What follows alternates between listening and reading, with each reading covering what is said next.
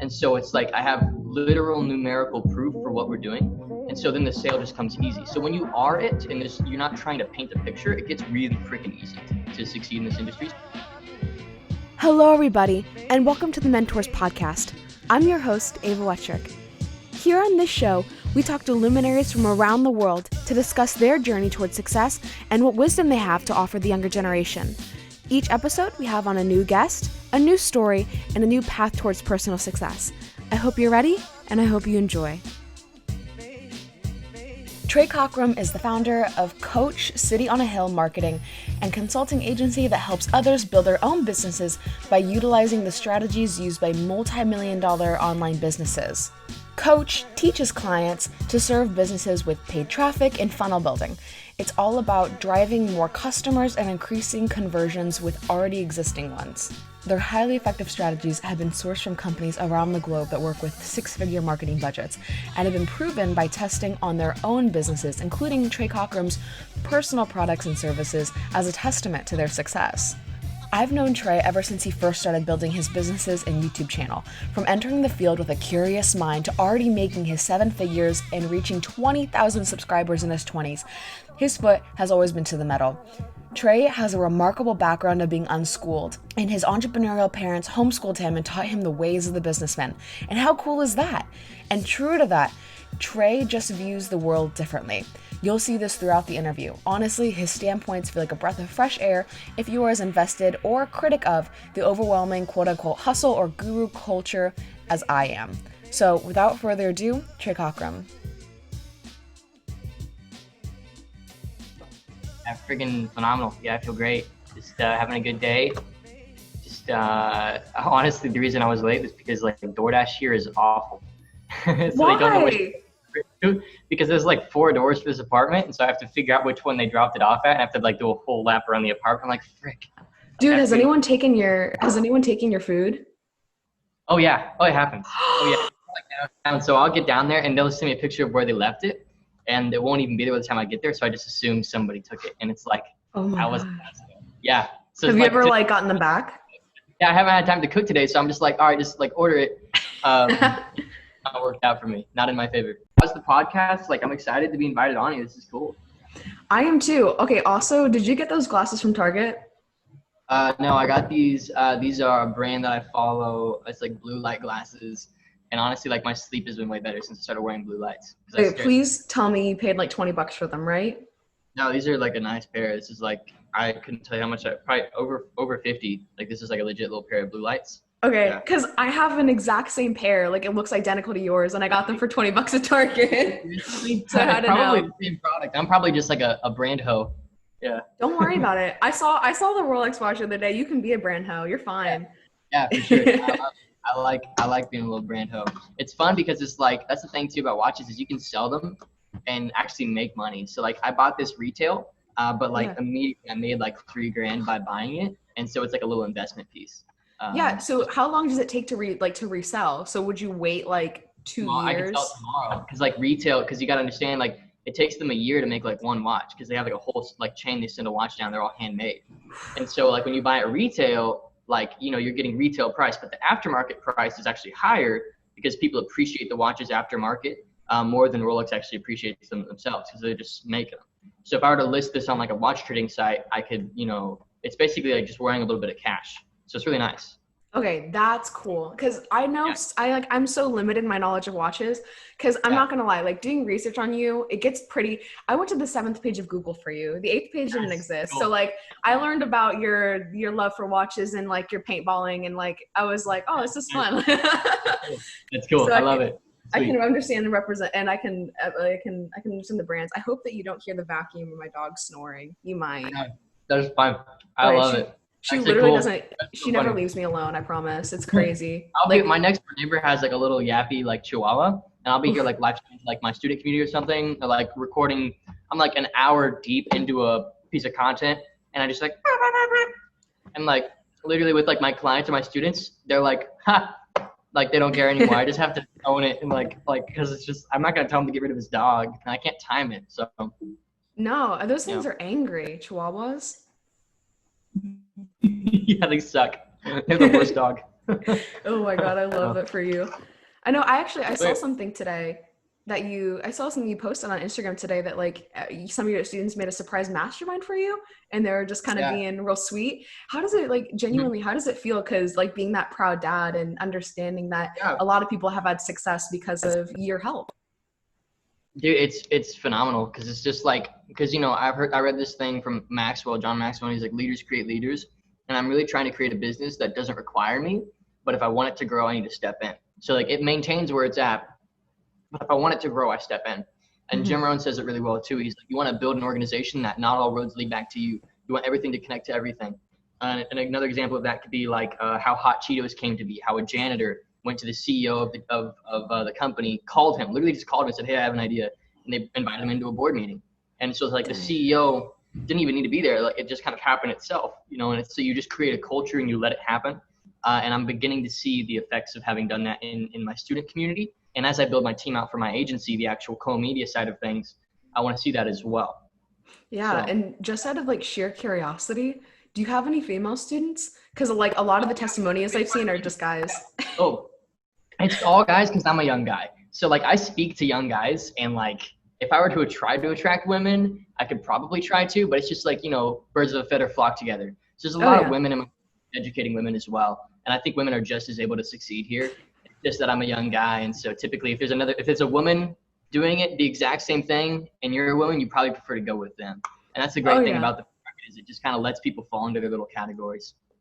Oh yeah, no, because like I thought it was super. I was just super curious because then when I saw that, because it was just a bunch of like young dudes your age, I was like, I get that haha. question all the time. Like, I need a woman to succeed in my program so I can start getting more women in because we have like probably three out of like 150 people. It's like three of them are women. I love Yeah, it. You guys just look like a bunch of nerds. Like that's what I kind of yeah. took away from it. It's like a Saturdays for the boys kind of thing. Yeah, Get yeah. together, make a little cash, the life. No, I love that for you. Cool. Yeah, and So, honestly, like, yeah. so, by the way, has the interview started? Are we doing the interview right now, or like are we Oh gonna? yeah, Okay, sweet, cool. Yeah, this is yeah. just so natural. So I've cool. just kind of learned to like especially when it comes with like my friends or like people I know really well like you or I've like watched you growing up. I've just kind of gotten to this point where I'm like I could just start talking and like because Yeah, honestly the bits at the love that. beginning are so much better Yeah. than Mhm. like the It's beginning of like the actual podcast. a bit too much. Yeah, I was just on a buddy of mine's channel. He's like a big dude in like the internet marketing industry, and like it was the same thing. We just hopped on. I've known him for like 3 years, and I was like, wait, did the interview start? And he's like, yeah, it started like 5 minutes ago, man. I'm like, okay, sick. Just making sure we're clear. Yeah, Yeah, cool. you're like, thank you. I Yeah, know actually, like, I actually, when I was doing research on you, everything was like from 2 to 3 years ago. You've really stuck to your word about not doing many interviews. It was hard to like pin you down at some areas because yeah. everything was from like when you were 17, you're doing photography. Yep. Pretty much everything you're gonna find of me is that because that SEO ranks a lot better. But like my company, we're super underground, so like I'm not trying to have a lot of eyes. I'm just trying Hmm. to have a good back end. So I run a nearly seven-figure operation off of an Instagram following of 5,800 people. And so my belief is that if you've got a good offer and you've got a good community and you've got like a good process, you don't need a lot of eyes to make a lot of like money and actually have a lot of impact. You just need something that really changes people's lives and really brings them a lot of value. It's like our main offer at COAH Media is sales calls. So if you have a business of any kind that would benefit from having 2 to 3 sales calls a day for your offer, let's say you're selling, for example, just random example, a $5,000 ticket to a mastermind or something like that, we can generate sales calls for you. And that's a really life-changing thing for a business owner. So I don't really need to worry about having a lot of eyes. I just need to worry about qualifying people and making sure that they Hmm. actually fit the service. So I could totally go like the Gary Vee route and just put out a buttload of content. But honestly, I'm doing really well with just a really small audience and a really, really niche following and a niche offer. And I honestly think it's two different ways of thinking. And there's nothing wrong about either or, but I'd prefer to stay kind of underdog with just a really good back end because it gives me a lot more control over my business. Yeah, and like honestly, that's something I really respect because when I look at, you and what you're doing and how you've grown compared to a lot of other people in your field that are usually like, I don't want to say they're hype beast, but they're like, Mm-hmm. oh man, like you can like make $100,000 in the next 10 minutes if you click on this. Yeah. Like you're Uh-huh. not like that, but you Yeah. have developed that amount of success while, and I'm not trying to be like pissy about it. I totally get what you're saying though. Yeah, Yeah, a I lot can. of people do the opposite. Like they'll rent apartments like yours for 15 minutes to record that video. You're Mhm. living in that apartment. Does that make sense? Yeah, for sure, for sure. Yeah, you just gotta be it. Like once you are actually it, and you can like share. Like literally, I'm not even kidding. This might sound arrogant to some people, but some people they'll be on a sales call for like our agency or something, and they're like, just prove that like and I'll just share my screen, show numbers, show hey we're getting this client these results. This student went from here to here. They send me pictures of their Stripe accounts, which is where we send payments through, and I can see that they're succeeding. And so it's like I have literal numerical proof for what we're doing. And so then the sale just comes easy. So when you are it and you're not trying to paint a picture, it gets really freaking easy to succeed in this industry. So I'm kind of trying to mix like the scalability of the information product industry with like real integrity and actually doing something that actually helps people. Because when you meet those two, it's a beautiful thing. Hmm. And it's really easy to just lean one way or another, to have integrity and not touch the course thing, and to do the course thing, but not actually have integrity behind what you're doing. But I feel like if you meet both, it's like an industry and it's a model that succeeds so wildly if you have an offer that actually helps people. Yeah, that's something I really admire about you because, like, it's tactical, it's strategic, and it's there. You know what I mean? Mhm. Especially because you're in the education space. It is so difficult to succeed or really easy to succeed in the education space. Because I was listening to you talk about something and you were like, hey, regardless, you're not really selling a product, you're selling an idea, you're selling a Yep. dream. Yep. But like the dream you're selling is real because you back it up constantly. A lot of times when people get into the education space, they'll slap a dream on some course and say, hey, if you do this, if you like listen to what I'm talking about for 15 minutes, you're going to Yep. make all the money in the world, or you're going to have the best family ever, or your kids will start Yeah. loving you, Yeah. things like that. Yeah. Right. Bunch of like emotionally driven outcomes. And so for me, like I believe that pretty much my business lives on like a spectrum. So like the agency is kind of the done for you version of what I teach in the Mm, education side. Both are how to fill your calendar with sales appointments for a service you care about. And so on the education side, I'm helping agency owners, whether they have an existing agency, where they want to get into, it's the popular term that I rank for on YouTube is SMMA. That's like Ty Lopez was huge on that search term and all these people. So yeah. I kind of like piggybacked off of them and actually built a program that really helps people actually do it. And I can back up with my own results. And so it was a really, it's nice because as he grows and sells his thing and people don't like it, they actually pour over into our thing. And so Yeah. it's almost like we're getting like the people who were sold on the dream and now they're actually able to buy the real model. So it's pretty sweet. Yeah, and I So love that super, you can give people that dream. That's awesome. yes. Like, Uh-huh. I don't know, you probably just I mean, especially because you're such a God-fearing person, like Yeah. it's purposeful. You know what I mean? Super purposeful. 100%. No, I love that. And like actually I feel kind of bad because like I haven't even because like you're like my audience probably doesn't might not even know what SMMA is, so social media Sure. marketing. They could Yeah. think that you're selling funnels, they could think that you are walking out with a camera because you used to do photography. So like when you were Mhm. 17, you started your own photography company, turned into a wedding gig. It was awesome. Yep. So are you walking out with that camera? Are you shooting content or are you building Yeah. funnels or are you helping out in the back end? What like Yeah. what is SMMA to you? So like running an agency, so SMMA stands for Social Media Marketing Agency, and that's the coin that was termed like back when, if you remember like the Here in My Garage ad from Ty Lopez, on the back end of that business, he was selling a program that helped you grow this business model, but he did it incredibly poorly. He was completely right that it was an amazing opportunity, but he just didn't have the actual ability to help people do it. When you sell a program to 1,000 people, of course 10 are going to succeed because they just were in the right place at the right time. But we per capita have the most success. We have 150 people in our program, and literally more than half of them are full time with this. The others are waiting on different things that are going on in their life. They've got family things or whatever going on. Mhm. And our highest earner in our community is $60,000 a month in profit. That's profit after tax, like in the bank. And so it's pretty cool.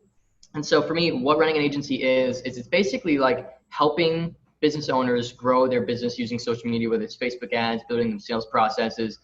Earlier, I said I sell sales calls to businesses. So again, like if you were a business that would benefit from an extra meeting a day or 2 meetings a day for your sales team, or even more if you're willing to spend the money, we can spend $100 per sales meeting for most niches. So if you're selling literally anything and you're confident once that lead comes in, I'll get you highly qualified, ready to go sales calls on your calendar. And if you want, I even upsell them on trainings, like to get them better at sales so that our service actually works for them. So we'll sell Whoa. like a $10,000 package to help them build out this funnel.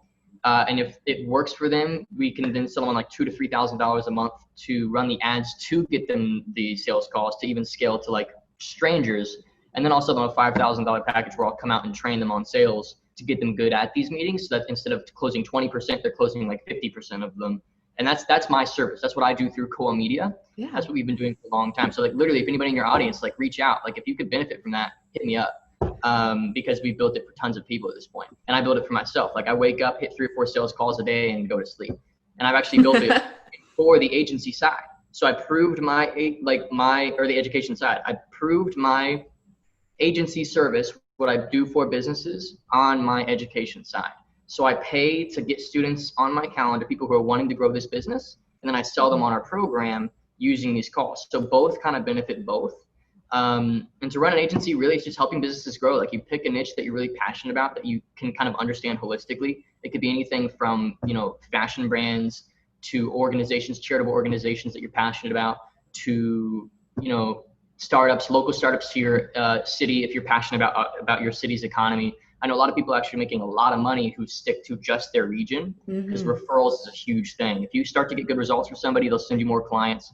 One of my buddies, Mike Lemoyne, out in Albuquerque, New Mexico, owns the Albuquerque city. They do multiple 7 figures yearly just doing Facebook ad services for that area. And so that's what it means to run an agency. It's just to have an impactful service that helps business owners grow. And at the end of the day, money's a means to an end for me. I love seeing people's lives change through the services that we provide. Somebody goes from having 2 meetings a week for their $5,000 offer, $10,000 offer, to having 3 meetings a day. That's a life-changing thing. And they can now afford the things that they're out of debt. There's all kinds of things that we get to do for these people. And if they're making a lot of money, we help them make a whole lot more so they can shift from being a sole proprietor to a real organization, build a team. There's a lot of impact that can be had when you have an offer that really shifts people's businesses.